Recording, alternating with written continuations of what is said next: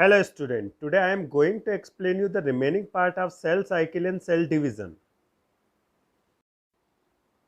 Meiosis or meiotic division or reductional division.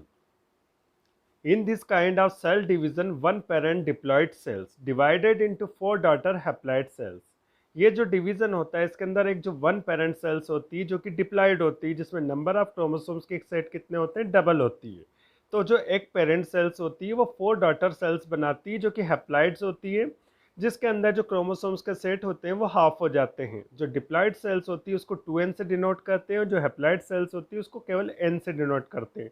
मतलब one parent cell किस में convert की, फोर डॉटर सेल्स के।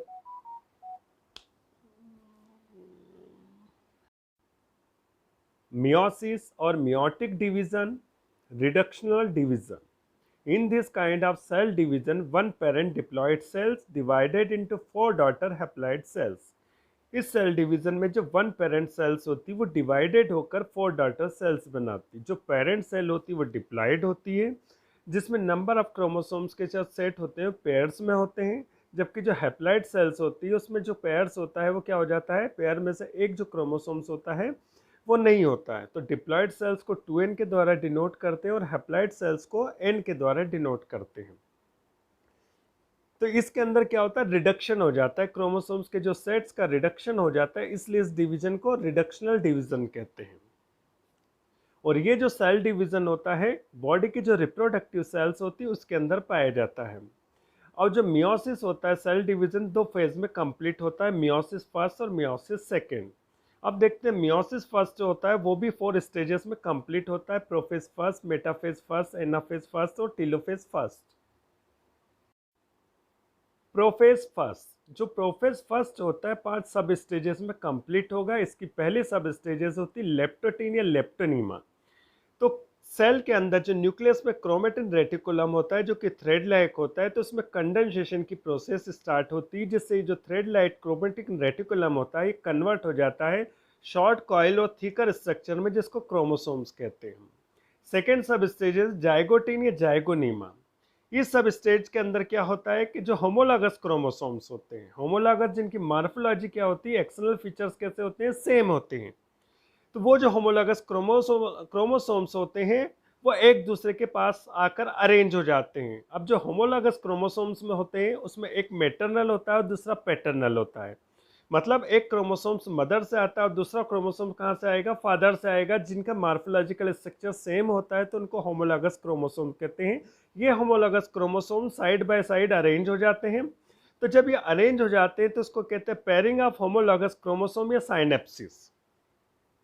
अब जब पेयर बन जाता है तो उस कंडीशन में एक पेयर के अंदर दो क्रोमोसोम होते हैं, तो इस कंडीशन को बाइवेलेंट कहते हैं। थर्ड है पैकिटिन या पैकिनिमा। इस सब स्टेजेस में जो इच क्रोमोसोम होते हैं, अभी जो पेयरिंग के अंदर जो दो क्रोमोसोम होते हैं तो उसमें एक एक क्रोमोसोम की बात करेंगे। इन दिस सब stage etch chromosome longitudinally divided into two sister chromatid. जो एक क्रोमोसोम्स होता है वो दो क्रोमेटिड से बना होता है और दोनों क्रोमेटिड एक सेंट्रोमेयर के द्वारा अटैच होते हैं। तो लॉन्गिट्यूडनली क्रोमोसोम डिवाइड होकर क्या बनाता है, दो क्रोमेटिड बनाता है। अब एक क्रोमोसोम्स के कितने पार्ट हो गए, दो पार्ट हो गए। तो पेयर के अंदर दो क्रोमोसोम है तो उसके कितने पार्ट हो गए, 4 पार्ट हो गए। तो इस कंडीशन को टेट्रावेलेंट या टेट्राड कहते हैं। During the pachytene the two homologous chromosome exchange their segment to each others. अब जो क्रोमेटिड्स होते हैं ये अपने सेगमेंट्स को एक्सचेंज करते हैं और सेगमेंट्स के साथ क्या एक्सचेंज होते हैं, जीन्स भी एक्सचेंज हो जाते हैं। तो इस प्रोसेस को क्रॉसिंग ओवर कहते हैं। जिस जगह पर दो क्रोमेटिड एक दूसरे को क्रॉस करते हैं उस पोजीशन को चियास्मा या चियास्मेटा कहा जाता है। You can see in this diagram pachytene सब स्टेज। जो पहला डायग्राम है वो किसको डिनोट करेगा, पैकेटिन सब स्टेज को डिनोट करेगा, जिसके अंदर क्या होता है कि एक क्रोमोसोम जो कि ये कौन सा पोर्शन है, इसका सेंट्रोमियर है। तो इस क्रोमोसोम में क्या होता है कि इसके जो दोनों क्रोमेटिड होते हैं एक दूसरे से क्या हो जाते हैं, सेपरेट हो जाते हैं। तो इस कंडीशन को क्या कहते हैं, टेट्रॉड कहते हैं। उसके बाद क्या होता है कि इस तरह से जैसे एक क्रोमोसोम है ये और ये इसके क्रोमेटिड है, इसी तरह से पेयरिंग में जब दूसरा होगा तो ये इसका क्रोमेटिड होगा इधर ये। तो ये जो पोर्शन है जहाँ एक दूसरे क्रोमेटिड क्या कर रहे हैं, एक दूसरे को क्रॉस कर रहे हैं, इसको चियास्मा कहेंगे। तो ये पोर्शन क्या कहलाएगा, इसका चियाज़मा कहलाएगा। अब जो चियाज़मा होता है तो क्या होता है कि इस क्रोमेटिड का पोर्शन इस वाले क्रोमेटिड में आ जाता है और इस वाला इसमें चला जाता है। मतलब जो क्रोमेटिड्स होते हैं, जैसे एक क्रोमेटिड्स है तो उसका पोर्शन दूसरे क्रोमेटिड में अटैच हो जाएगा, दूसरा जो क्रोमेटिड है उसका पोर्शन निकलकर पहले क्रोमेटिड में अटैच हो जाएगा। तो जहाँ पर क्रॉस वाला सेक्शन बनता है उसको चियाज़मा कहते हैं और यहीं से क्या होते हैं, सेगमेंट्स का एक्सचेंज होता है और क्रोमोसोम्स के ऊपर सिचुएटेड होते हैं जीन्स। तो जब सेगमेंट का, क्रोमेटिड के सेगमेंट का एक्सचेंज होता है तो उसके साथ जीन्स भी चला जाता है, तो इसको कहते हैं क्रॉसिंग ओवर या एक्सचेंज ऑफ जीन्स। फोर्थ सब स्टेज है डिप्लोटीन या डिप्लोनेमा। In diplotin, the two chromosomes of each bivalent move away from the each other. अब इस कंडीशन में जब जीन्स का एक्सचेंज हो जाता है, क्रॉसिंग ओवर की प्रोसेस हो जाती है, तो उसके बाद जो एक क्रोमोसोम्स के अंदर दो क्रोमोटिड्स विजिबल हो रहे थे वो एक दूसरे में क्या हो जाते हैं, वो एक दूसरे से जुड़ जाते हैं। अब पेयर के अंदर कौन सी कंडीशन आ जाएगी, वही कंडीशन आएगी बाइवेलेंट। अब जैसे ही क्रोमोसोम्स का जो पेयर्स है उसके अंदर बाइवेलेंट कंडीशन आती है तो जो दो होमोलॉगस क्रोमोसोम है एक दूसरे से अलग अलग होने लगते हैं और उनके बीच का जो चियाज़मा होता है वो धीरे धीरे क्या होता है, डिसअपियर होने लगता है। तो इस प्रोसेस को क्या कहते हैं, टर्मिनलाइजेशन ऑफ चियाज़मेटा।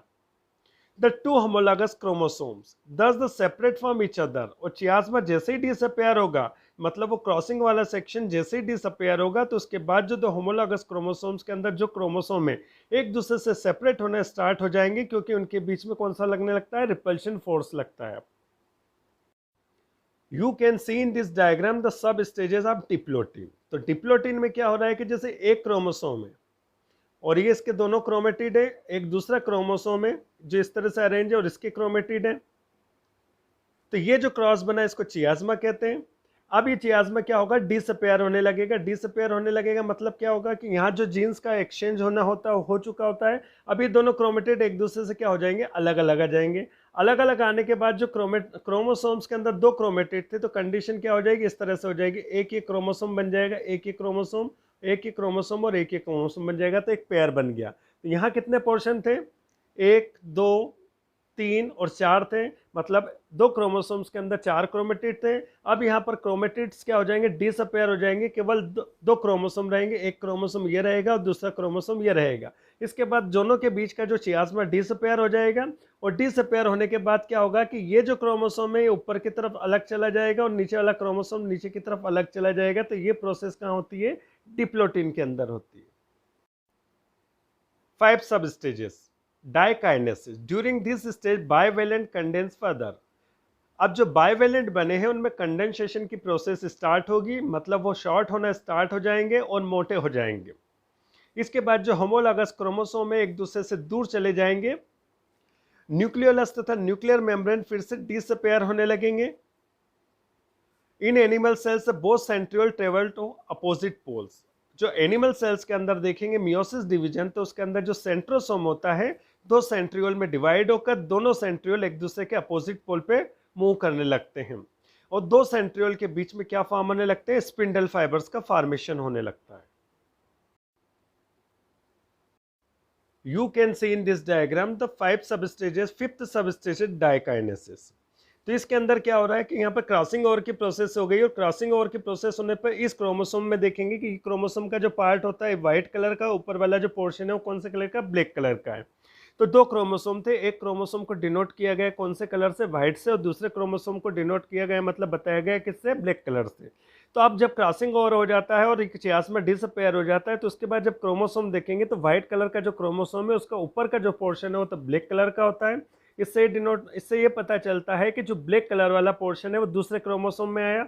जब आप दूसरे क्रोमोसोम को देखेंगे तो ब्लैक कलर का है, तो उसका एक क्रोमेटिड्स का जो पार्ट होता है वो कैसा होता है, व्हाइट कलर का होता है, जिससे ये पता चलता है कि जो ब्लैक कलर का क्रोमोसोम का जो सेगमेंट होता है व्हाइट कलर के क्रोमोसोम के क्रोमेटिड से आया है। उसके बाद दोनों चियाज़मा डिसअपियर हो जाएंगे, दोनों क्रोमोसोम एक दूसरे से दूर चले जाएंगे। जो सेंट्रोसोम होते हैं, सेंट्रियोल होते हैं, एक दूसरे से दूर चले जाते हैं, एक इस पोल में आ जाता है, एक इस पोल में आ जाता है और इनके बीच में क्या फॉर्म होने लगता है, स्पिंडल फाइबर्स का इसमें फॉर्मेशन होने लगता है। इसके साथ इसमें न्यूक्लियर मेम्ब्रेन और न्यूक्लियस डिसअपियर होने लगता है।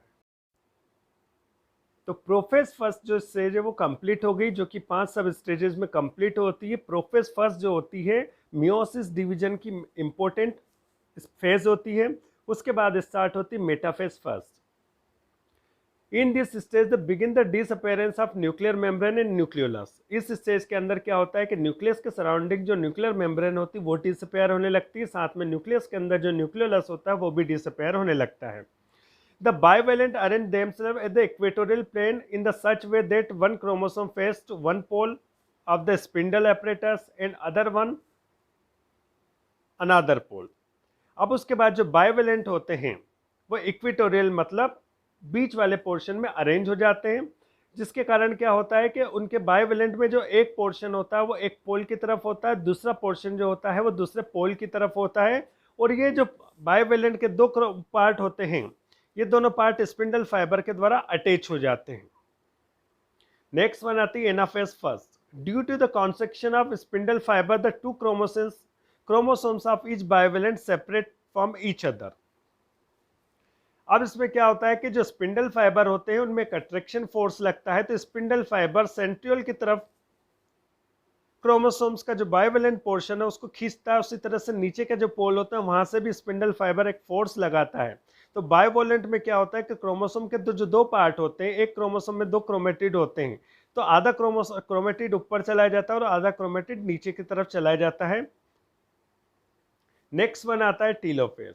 As soon as the chromosome reach the pole condensation start. जैसे ही क्या होता है कि एक क्रोमोसोम के दो क्रोमेटिड अलग अलग होते हैं, एक क्रोमेटिड ऊपर वाले पोल्स की तरफ जाता है और दूसरा क्रोमेटिड नीचे वाले पोल की तरफ जाता है, तो उसके बाद जैसे ही ये क्रोमेटिड अपने सेंट्रियोल की तरफ पहुंचते हैं तो कंडेंसेशन की जो प्रोसेस होती है वो स्टार्ट हो जाती है। उसके बाद जो क्रोमेटिड्स होते हैं, क्रोमोसोम जो होते हैं, उसके अंदर का वाटर लूज होता है और लूज होने के बाद वो कन्वर्ट हो जाते हैं क्रोमेटिन रेटिकुलम के में कन्वर्ट हो जाते हैं। उस क्रोमेटिन रेटिकुलम के चारों तरफ न्यूक्लियर एनवेलप का फॉर्मेशन हो जाता है और न्यूक्लियस के अंदर न्यूक्लियोलस फिर से रीअपेयर्स होने लगता है। आप इस डायग्राम में देखेंगे मेटाफेज फर्स्ट सब स्टेज। अभी जो क्रोमोसोम्स के जो बाइवेलेंट होते हैं वो कहाँ अरेंज हो गए, इक्वेटोरियल पे अरेंज हो गए। अब यहाँ एक क्रोमोसोम के कितने पार्ट हैं, सेंट्रोमियर वाला पोर्शन दो क्रोमेटिड है, तो इस तरह से अरेंज है। ऊपर की तरफ सेंट्रियोल है, नीचे की तरफ भी सेंट्रियोल है, इनसे जो डॉटेड स्ट्रक्चर निकल रहे हैं स्पिंडल फाइबर है। ऊपर का जो सेंट्रियोल के स्पिंडल फाइबर है इनको ऊपर की तरफ मुंह करेंगे खींचेंगे और नीचे वाले जो है वो नीचे की तरफ खींचेंगे। तो ये सब होता है किसमें, मेटाफेज फर्स्ट के अंदर। इसके बाद थर्ड वन जो आती है एनाफेज फर्स्ट। इस डायग्राम में देखेंगे एनाफेज फर्स्ट। अभी क्या थे क्रोमोसोम कहाँ अरेंज थे, इक्वेटर पे अरेंज थे। उसके बाद क्या हो रहा है कि ये क्रोमोसोम ऊपर की तरफ चले जा रहे हैं और ये क्रोमोसोम इधर के नीचे की तरफ आ रहे हैं, मतलब ये सेंट्रियोल है और ये सेंट्रियोल है और इनसे डॉटेड जो स्ट्रक्चर निकल रहे हैं क्या है, स्पिंडल फाइबर। स्पिंडल फाइबर क्या करता है कि जो क्रोमोसोम होते हैं उनको अपनी तरफ खींचता है, उनमें अट्रैक्शन लगाता है, जिससे क्रोमोसोम धीरे धीरे कहाँ चले जाते हैं, ऊपर की तरफ। नीचे वाले क्रोमोसोम नीचे की तरफ जाने लगते हैं। जैसे ही क्रोमोसोम कहाँ पहुंच जाते हैं, ऊपर की तरफ पहुंच जाते हैं, मतलब सेंट्रियोल के वहां तक पहुंच जाते हैं। तो जैसे ही चल पहुंच जाएंगे तो इसका जो सेंट्रियोल होता है, सेंट्रियोल का जो एपरेटस होता है, स्पिंडल फाइबर वगैरह जो होते हैं वो क्या होने लगते हैं, डिसअपेयर होने लगते हैं और इनके चारों तरफ क्या बन जाती है, न्यूक्लियर मेम्ब्रेन बन जाती है। इस तरह से न्यूक्लियर मेम्ब्रेन बन जाएगी। तो ये होता है टेलोफेज के अंदर। तो जब कैरियोकाइनेसिस की प्रोसेस पूरी हो जाती है, मतलब न्यूक्लियस डिवाइड हो जाता है, तो उसके बाद स्टार्ट होता है साइटोकाइनेसिस। तो उसके बाद जो सेल का जो साइटोप्लाज्म होता है ये डिवाइड होना स्टार्ट हो जाता है। इस तरह से न्यूक्लियस पहले से डिवाइड हो चुका है। अब जब साइटोप्लाज्म डिवाइड होगा तो एक सेल जो होती है वो दो सेल में कन्वर्ट हो जाएगी। तो ये कंप्लीट हुआ मियोसिस फर्स्ट। इसके बाद की जो स्टेज आएगी उसको इंटरफेज कहेंगे, क्योंकि जो बड़ी सेल होती है वो डिवाइड होकर दो यंगर या डॉटर सेल्स बनाती है जिनका साइज कैसा होता है, छोटा होता है। तो ये जो साइज में छोटी होती है सेल फूड को गेन करती है, अपने लिए रिक्वायर्ड फूड मटेरियल गेन करती है, बनाती, प्रिपेयर करती है। तो ये सब काम होता है इंटरफेज में, रेस्टिंग फेज में, प्रिपरेटरी फेज में, जिससे जो यंगर सेल जिनका साइज बहुत छोटा होता है तो फूड मटेरियल को गेन कर रिक्वायर्ड मटेरियल को फॉर्म करके साइज में बड़ी हो जाती है। तो इस फेज को इंटरफेज, रेस्टिंग फेज या प्रिपरेटरी फेज कहते हैं। मियोसिस सेकेंड या सेकेंड मियोटिक डिवीजन, इसका नाम मियोसिस सेकेंड है, लेकिन एक्चुअल में जो डिवीजन होगा वो माइटोटिक होगा। ये जो मियोसिस सेकेंड होता है 4 फेजेस में कंप्लीट होगा, prophase second, metaphase second, anaphase second और टीलोफेज सेकेंड। जो प्रोफेज सेकेंड है इसके अंदर क्या होगा कि क्रोमोसोम के जो सिस्टर क्रोमेटिड्स होते हैं उनमें कंडेंसेशन की प्रोसेस स्टार्ट होती है और वापस से क्रोमोसोम रिपेयर होने लगते हैं। न्यूक्लियर एनवेलप तथा न्यूक्लियोलस जो होता है वो डिसअपेयर होने लगता है, और जो सेंट्रियोल्स होते हैं उनके द्वारा स्पिंडल फाइबर का फॉर्मेशन होने लगता है। इसमें कुछ मिस्टेक दे रखी है, यहाँ लिखा है spindle fibres begins to disappear, जो कि क्या होगा कि रीअपेयर होने लगेंगे या उनका फॉर्मेशन स्टार्ट होगा सेंट्रियोल के द्वारा। मेटाफेज सेकेंड, इसके बाद जो क्रोमोसोम्स होते हैं वो इक्वेटोरियल प्लेन पे अरेंज हो जाते हैं, और ये जो क्रोमोसोम्स होते हैं इनके जो सेंट्रोसोम होते हैं स्पिंडल फाइबर से अटैच हो जाते हैं। इसके बाद आता है anaphase second, the centrosome divided and sister chromatid by the shortening of the spindle fibre. अब जो क्रोमोसोम्स हैं उनके जो क्रोमेटिड्स हैं, अभी क्रोमेटिड्स अलग अलग है लेकिन वो एक जगह से जुड़े हुए हैं जिसको सेंट्रोमियर कहते हैं। अब ये जो सेंट्रोमियर होता है ये भी डिवाइड होने लगता है, और डिवाइड होने के कारण एक क्रोमोसोम के जो क्रोमेटिड होते हैं वो अपोजिट पोल में की तरफ जाने लगते हैं, क्योंकि ऊपर से जो स्पिंडल फाइबर्स हैं उनमें एक अट्रैक्शन फोर्स लगेगा। तो ईच हाफ क्रोमोसोम्स मतलब chromatids move toward the opposite pole. तो एक क्रोमोसोम के जो दो क्रोमेटिड होते हैं, एक क्रोमेटिड ऊपर के पोल की तरफ जाएगा और दूसरा क्रोमेटिड नीचे के पोल की तरफ आएगा। इसके बाद आता है telophase second, the chromosome on the respective pole uncoil and form the chromatin network again. जैसे ही ये हाफ क्रोमेटिड कहाँ पहुँचते हैं, पोल पे पहुँचते हैं, तो उसके बाद जो हाफ क्रोमेटिड होता है ये अनकॉइल होने लगता है। उसके बाद जो थिक और शॉर्ट स्ट्रक्चर है वो किस में कन्वर्ट हो जाएगा, थिन स्ट्रक्चर में, जिसको क्रोमेटिन रेटिकुलम या क्रोमेटिन नेटवर्क कहते हैं। इस क्रोमेटिन रेटिकुलम में नेटवर्क के चारों तरफ न्यूक्लियर मेम्ब्रेन का फॉर्मेशन होने लगता है, न्यूक्लियोलस का फिर से रिपेयरेंस होने लगता है। इस तरह से न्यूक्लियस दो पार्ट में डिवाइड हो जाता है। इसके बाद क्या होगा, डिवीजन होगा साइटोप्लाज्म का, जिसको साइटोकाइनेसिस कहेंगे। तो न्यूक्लियस का जब डिवीजन खत्म हो जाता है तो उसके बाद साइटोप्लाज्म डिवाइड होना स्टार्ट करता है। अगर एनिमल सेल्स के अंदर देखा जाए तो उसके अंदर जो डिवीजन में क्या होता है, फरो या ग्रूव का फॉर्मेशन होता है जिससे दो सेल में डिवाइड हो जाता है, जबकि प्लांट सेल्स के अंदर सेल प्लेट का फॉर्मेशन होता है। तो इस तरह से दो जो हैप्लॉइड सेल्स होती है चार हैप्लॉइड सेल्स में कन्वर्ट हो जाती है। Significances of meiosis. It's play an important role in the sexual reproduction of both lower as well as higher organism. तो लोअर कैटेगरी के जो ऑर्गेनिज्म होते हैं और हायर कैटेगरी के ऑर्गेनिज्म होते हैं, उन दोनों के अंदर मियोसिस का एक इम्पोर्टेंट रोल होता है, क्योंकि मियोसिस की प्रोसेस के द्वारा उनमें गेमिट का फॉर्मेशन होता है, गेमिटोजेनेसिस के द्वारा। और मियोसिस की प्रोसेस के द्वारा ही किसी भी ऑर्गेनिज्म के अंदर क्रोमोसोम्स के जो नंबर्स होते हैं उसको मेंटेन किया जाता है, जिसके कारण उसके अंदर जो पेरेंट्स होते हैं उनके अंदर जो डिप्लॉइड कंडीशन होती है और जो गेमेट्स होते हैं वो हैप्लॉइड कंडीशन में फॉर्म होते हैं, और गेमेट के फ्यूजन के कारण फिर वापस से डिप्लॉइड कंडीशन एस्टेब्लिश होती है। The meiotic division provide the new combination of genetic material, क्योंकि मियोटिक डिवीजन जो होता है उसके अंदर क्या होता है, क्रॉसिंग ओवर की प्रोसेस होती है, जीन्स का एक्सचेंज होता है, जिसके कारण जो न्यू ऑफ स्प्रिंग्स बनती है उसके अंदर कुछ वेरिएशंस देखने को मिलते हैं। It may lead to origin of new species, lead to evolution. और क्रॉसिंग ओवर की प्रोसेस के कारण, जीन्स एक्सचेंज होने के कारण जो ऑफ स्प्रिंग प्रोड्यूस होती है उसके अंदर न्यू वेरिएशंस दिखाई देते हैं, और कुछ सालों के बाद, कई सालों के बाद न्यू स्पीशीज का ओरिजिनेशन होता है, जो कि इवोल्यूशन की प्रोसेस में एक इम्पोर्टेंट रोल प्ले करता है। You can see in this diagram different phases of meiosis second. तो पहले डायग्राम को देखेंगे प्रोफेज सेकेंड। अब प्रोफेज सेकेंड है, इसके अंदर क्या दिख रहा है कि न्यूक्लियस के सराउंडिंग न्यूक्लियर मेम्ब्रेन है, ये ऊपर की तरफ सेंट्रोसोम है, और उसके अंदर क्या है, सेंट्रियोल है। तो ये जो पूरा गोल स्ट्रक्चर है सेंट्रोसोम है, और उसके अंदर जो डॉट दिख रहे हैं वो सेंट्रियोल है। तो ये स्ट्रक्चर क्या है कि पूरा एक सेल का स्ट्रक्चर है। उसके बाद आप देखेंगे कि ये जो सेंट्रोसोम है दो पार्ट में डिवाइड हो गया, एक सेंट्रियोल यहाँ आ गया और दूसरा सेंट्रियोल यहाँ आ गया, और इनके बीच में जो डॉटेड स्ट्रक्चर दिख रहे हैं वो क्या है, स्पिंडल फाइबर है। अब इसमें बाद में क्या हो रहा है, ये कहाँ हो रहा है, मेटाफेज के अंदर हो रहा है। मेटाफेज के अंदर होने के बाद ये जो क्रोमोसोम्स हैं वो कहाँ अरेंज हो जाएंगे, इक्विटोरियल मतलब बीच वाले रीजन में अरेंज हो जाएंगे। तो ये जो बीच वाला रीजन है वो क्या है, इक्विटोरियल है। अब एक क्रोमोसोम्स के अंदर दो क्रोमेटिड होते हैं, ऊपर की तरफ सेंट्रियोल है, नीचे की तरफ सेंट्रियोल है। इससे जो डॉटेड लाइन दिख रही है स्पिंडल फाइबर है, इससे भी जो डॉटेड लाइन निकल रही है वो स्पिंडल फाइबर है। इन स्पिंडल फाइबर्स के द्वारा क्या जुड़े हुए, क्रोमोसोम्स के जो सेंट्रोमियर होते हैं वो जुड़ते हैं, उसके कारण क्या होता है कि एक क्रोमोसोम के दो क्रोमेटिड, सेंट्रोमियर जब डिवाइड हो जाता है तो एक क्रोमोसोम दो क्रोमेटिड में कन्वर्ट हो जाता है। अब जब एक क्रोमेटिड जो होता है, मतलब एक क्रोमोसोम के दो क्रोमेटिड है, तो ऊपर की तरफ आपको दिख रहा है तो ये हाफ क्रोमेटिड ऊपर की तरफ जाएगा और हाफ क्रोमेटिड नीचे की तरफ जाएगा।